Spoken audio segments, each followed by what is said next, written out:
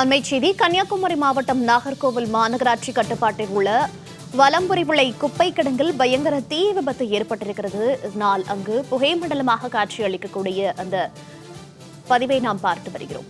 மாநகராட்சி குப்பை கிடங்கில் பயங்கர தீ விபத்து ஏற்பட்டிருக்கிறது.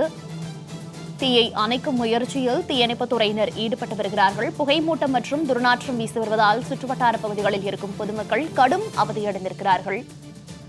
விவரங்களோடு செய்தியாளர் ஜெயகரன் இணைப்பில் இருக்கிறார். ஜெயகரன், வணக்கம். தற்போது வலம்புரிவிளை மாநகராட்சி குப்பை கிடங்குல பயங்கர தீ விபத்து ஏற்பட்டிருக்கிறது. தொடர்ந்து தீயை அணைக்க எவ்வளவு தீயணைப்புத் துறையினர் அங்கு ஈடுபட்டு வருகிறார்கள்? இந்த தீ விபத்தின் காரணமாக பொதுமக்களுக்கு என்னென்ன மாதிரியான பாதிப்புகள் ஏற்பட்டிருக்கு? விவரங்கள்.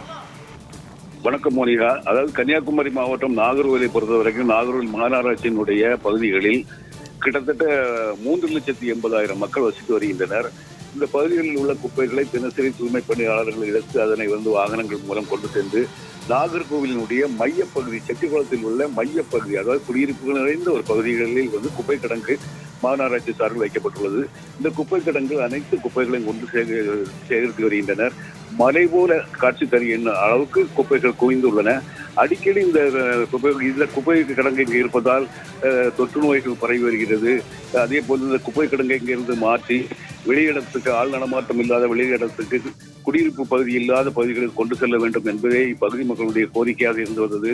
இதற்காக பல கட்ட போராட்டங்கள் நடத்தியும் எந்த விதமான பலனும் அரசு தரப்பில் செய்யாததால் மக்கள் ஏமாற்றத்துடன் மிகவும் ஒரு வருத்தமான ஒரு சூழ்நிலையை வாழ்ந்து வருகின்றனர். இந்த நிலையில் பார்த்தீர்கள் என்றால் இந்த குப்பை கிடங்கில் நேற்று இரவு திடீரென தீ விபத்து ஏற்பட்டுள்ளது.